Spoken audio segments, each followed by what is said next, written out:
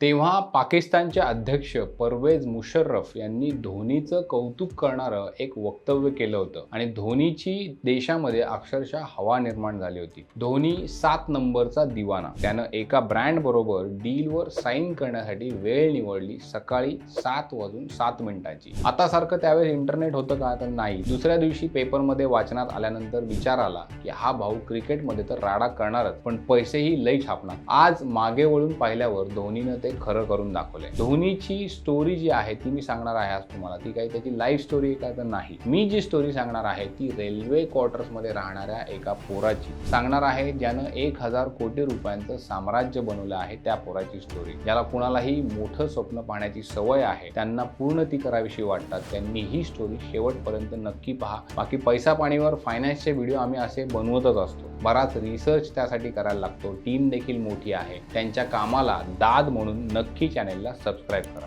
चला तर मग धोनी विश्वामध्ये आपण जाऊयात. कुर्सी की पेटी बांध लो. रांचीच्या एका साध्या रेल्वे क्वार्टरमध्ये राहणारा एक मुलगा. घरची परिस्थिती बेताची. क्रिकेटची त्याला आवड होती, पण किट विकत घेण्यासाठी देखील त्याच्याकडे पैसे नव्हते. स्वप्न मोठी होती, त्यासाठी संघर्ष करावा लागणार होता. हाच मुलगा पुढे जाऊन भारताचा सगळ्यात यशस्वी कर्णधार बनला आणि ICCच्या प्रत्येक ट्रॉफीवर त्यानं आपलं नाव कोरलं. त्याचं नाव म्हणजे महेंद्रसिंग धोनी. आज आपण धोनीचा क्रिकेटचा जो काही प्रवास आहे, क्रिकेटची कहाणी जी आहे त्यावर बोलणार नाही. ती कहाणी आपल्याला सगळ्यांना माहिती आहे. आज आपण बोलणार आहोत धोनीच्या आणखी एका प्रवासाबद्दल, ज्याची फारशी चर्चा होत नाही. 1500 रुपयांपासूनच्या तुटपुंज्या स्टायपेंड पासून सुरू झालेला हा प्रवास आज 1000 कोटींच्या बिझनेस साम्राज्यापर्यंत पोहोचलेला आहे. धोनी केवळ एक महान क्रिकेटपटू नाही, तर तो एक स्मार्ट उद्योजक देखील आहे. तर या सगळ्याची सुरुवात कुठून झाली? तर 1998 साल. धोनी तेव्हा 12वीत शिकत होता. बिहार क्रिकेट असोसिएशनच्या तत्कालीन उपाध्यक्ष जे होते, त्यांनी त्याला सेंट्रल कोलफील्ड्स लिमिटेड म्हणजे CCLच्या संघामध्ये खेळण्याची संधी दिली. त्यावेळी त्याला दर महिन्याला 1500 रुपयांचं स्टायपेंड मिळत असे. जर एखाद्या सामन्यामध्ये त्याने मॅच विनिंग इनिंग खेळली तर त्याला जास्तीचे 200 रुपये मिळत असत.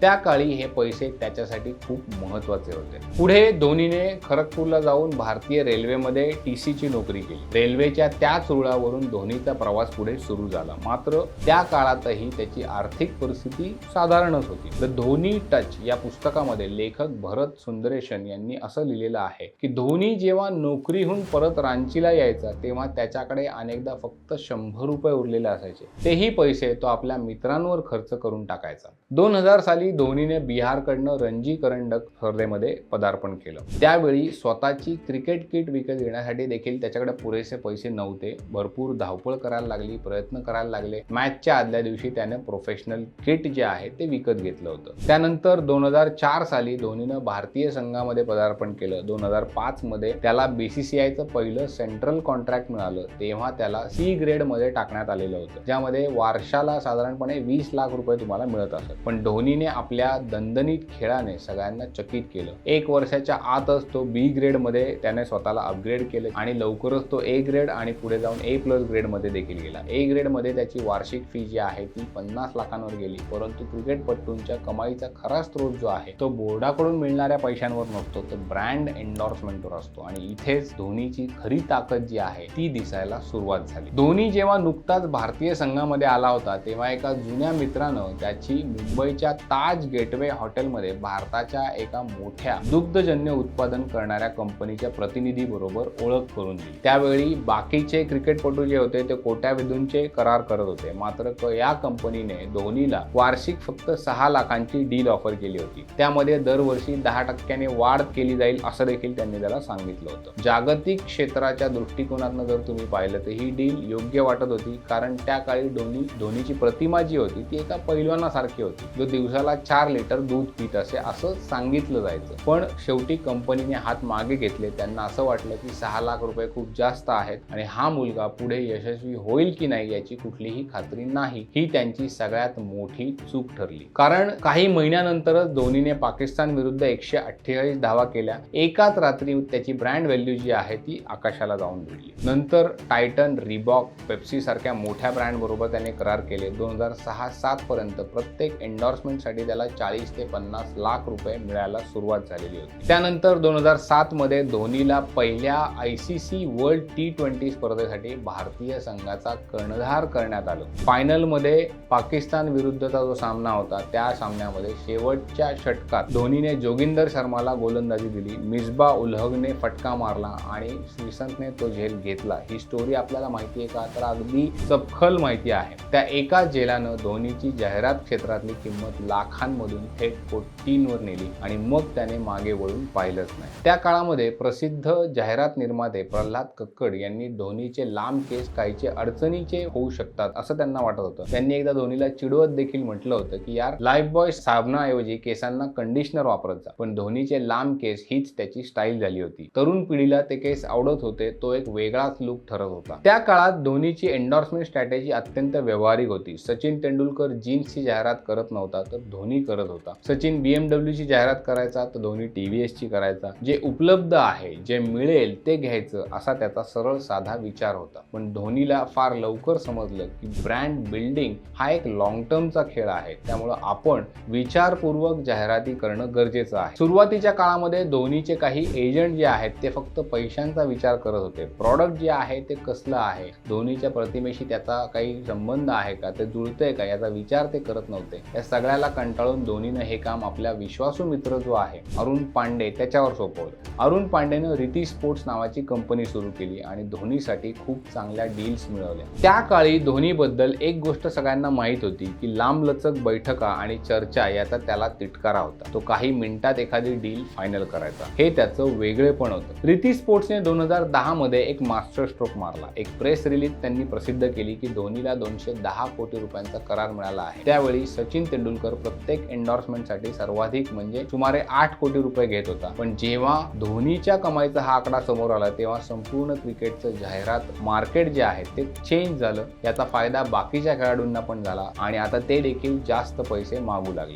2011 पर्यंत 2 वर्ल्ड कप आणि 2 IPL ट्रॉफी जिंकून धोनी भारताचा सर्वाधिक लोकप्रिय खेळाडू बनला होता. त्याची प्रतिमा जी काय होती ती अशी झाली होती की समाजाच्या प्रत्येक स्तरातील माणसाशी तो जोडला गेलेला होता. तमिळ जाहिरातीमध्ये देखील लुंगी नेसून तो नाचला होता किंवा स्ट्रीट स्टाईल त्याने डायलॉग मारलेला होता. एखाद्या छोट्या मुलापासून ते अगदी प्रोफेशनल पर्यंत सगळ्यांना तो आपला वाटायला लागला होता. त्यामुळं ब्रँड्सची त्याच्याकडे रांग लागायची. 2013 मध्ये चॅम्पियन्स ट्रॉफी जिंकल्यावर तो बॉलिवूडच्या मोठ्या कलाकारांशी देखील स्पर्धा करू लागला होता. 2020 मध्ये त्याने आंतरराष्ट्रीय क्रिकेटमधनं निवृत्ती घेतली. त्यानंतर अनेकांना असं वाटलं की आता धोनीची क्रेज जी आहे ती संपेल. पण 2024च्या पहिल्या 6 महिन्यानंतर धोनीनं 42 ब्रँड डील साईन केलेली होती. त्याच कालावधीमध्ये शाहरुख खानने 34, अमिताभ बच्चन यांनी 41 करार केले होते. म्हणजे धोनी सगळ्यांच्या पुढे होता. आता तो जर तुम्ही बघितलं तर 70 पेक्षा अधिक ब्रँड बरोबर जोडला गेलेला आहे. प्रत्येक TV जाहिरातीसाठी तो 4 ते 6 कोटी रुपये फी आकारतो. मैदानावर नसताना फक्त कॅमेरा समोर उभं राहून तो आजही लाखो लोकांचं लक्ष त्याच्याकडे वेधून घेतो. खूप आधी त्याने ओळखलं होतं की क्रिकेटला वयाची मर्यादा आहे पण व्यवसायाला वयाची मर्यादा नाही. म्हणून त्यानं बिझनेसमध्ये एंट्री करायचं ठरवलं होतं. 2012 मध्ये धोनीनं स्पोर्ट्स फिट वर्ल्ड ही फिटनेस चेन सुरू केली होती. आज या कंपनीचे देशभरामध्ये 200 पेक्षा अधिक जिम आहेत. 2019 मध्ये पत्नी साक्षीसह त्याने धोनी एंटरटेनमेंट प्रायव्हेट लिमिटेड ही कंपनी सुरू केली. तमिळ चित्रपट, वेब सिरीज, डॉक्युमेंटरी आणि शॉर्ट फिल्म्स निर्मिती हे या कंपनीचं मेन काम आहे. स्टार्टअप्स मध्ये देखील धोनी भरपूर गुंतवणूक करत असतो. ऑगस्ट 2021 मध्ये बँगलोर मधल्या होम इंटेरियर कंपनी जी आहे होम लेन मध्ये त्याने इन्व्हेस्टमेंट केली. तो आता या कंपनीचा ब्रँड अँबॅसेडर देखील बनलेला आहे. सगळ्यात लक्षवेधी त्याची इन्व्हेस्टमेंट जी आहे तर चेन्नईमध्ये जी ड्रोन कंपनी आहे ती गरुडा एरोस्पेस मध्ये. जून 2022 पासून धोनीने जवळपास 4 कोटी रुपये गुंतवून कंपनीमध्ये 1.1% हिस्सेदारी त्यांनी घेतली होती. इन्व्हेस्टमेंट केल्यानंतर धोनी चेन्नईतल्या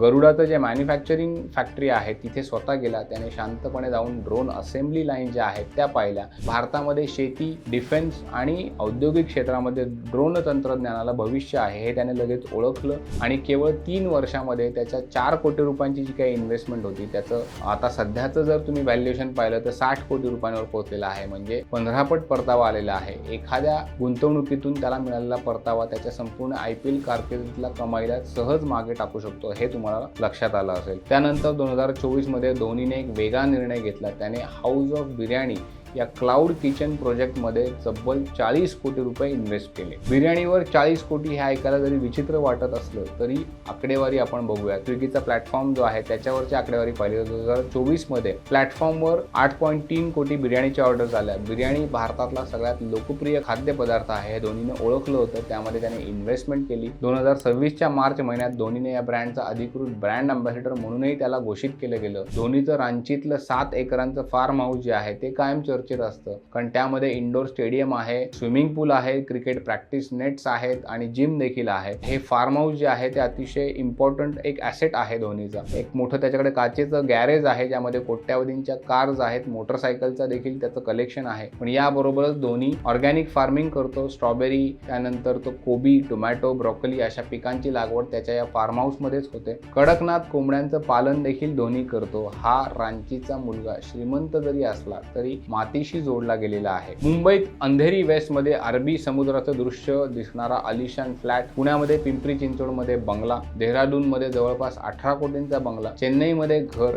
गोव्यामध्ये हॉलिडे विला. धोनीच्या संपत्तीचं जाळं जे आहे ते देशभर पसरलेलं आहे. ताज्या अहवालानुसार धोनीची एकूण संपत्ती 1400 कोटी रुपयांपेक्षा अधिक आहे. धोनी भारतातच नाही तर जगातला सगळ्यात मोठा श्रीमंत क्रिकेटपटू आहे. आज तो जगातल्या टॉप 5 श्रीमंत क्रिकेटर्समध्ये आहे. रांचीच्या एका रेल्वे क्वार्टर मधला मुलगा ज्याच्याकडे स्वतःची क्रिकेट किट विकत घ्यायला पैसे नव्हते, तो आज हजारो कोटींच्या साम्राज्याचा मालक बनलेला आहे. ही जी काही स्टोरी आहे ही अर्थातच इन्स्पायरिंग अशी आहे. ही स्टोरी जर तुम्हाला आवडली असेल, मोठी स्वप्न पाहणाऱ्या प्रत्येक तुमच्या मित्राला ती शेअर करा. 2026 मध्ये कोणत्या नोकऱ्या धोक्यात आहेत याचा व्हिडिओ आम्ही बनवलेला आहे, तो देखील तुम्हाला स्क्रीनवर दिसत असेल, तो पहा, कारण अलर्ट राहणं गरजेचं आहे. मनापासून आमच्यावर तुम्ही जे प्रेम करता या YouTube चॅनलच्या माध्यमातून त्याबद्दल तुमचे धन्यवाद मानतो. सध्यासाठी इथेच थांबूयात. पाहत राहा पैसा पाणी.